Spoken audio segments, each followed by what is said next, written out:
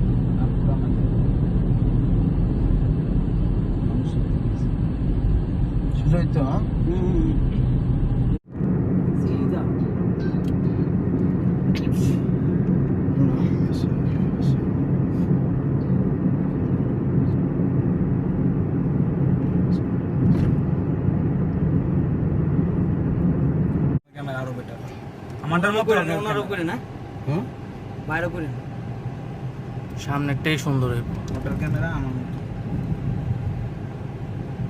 টান্ডা নিও সুন্দর করে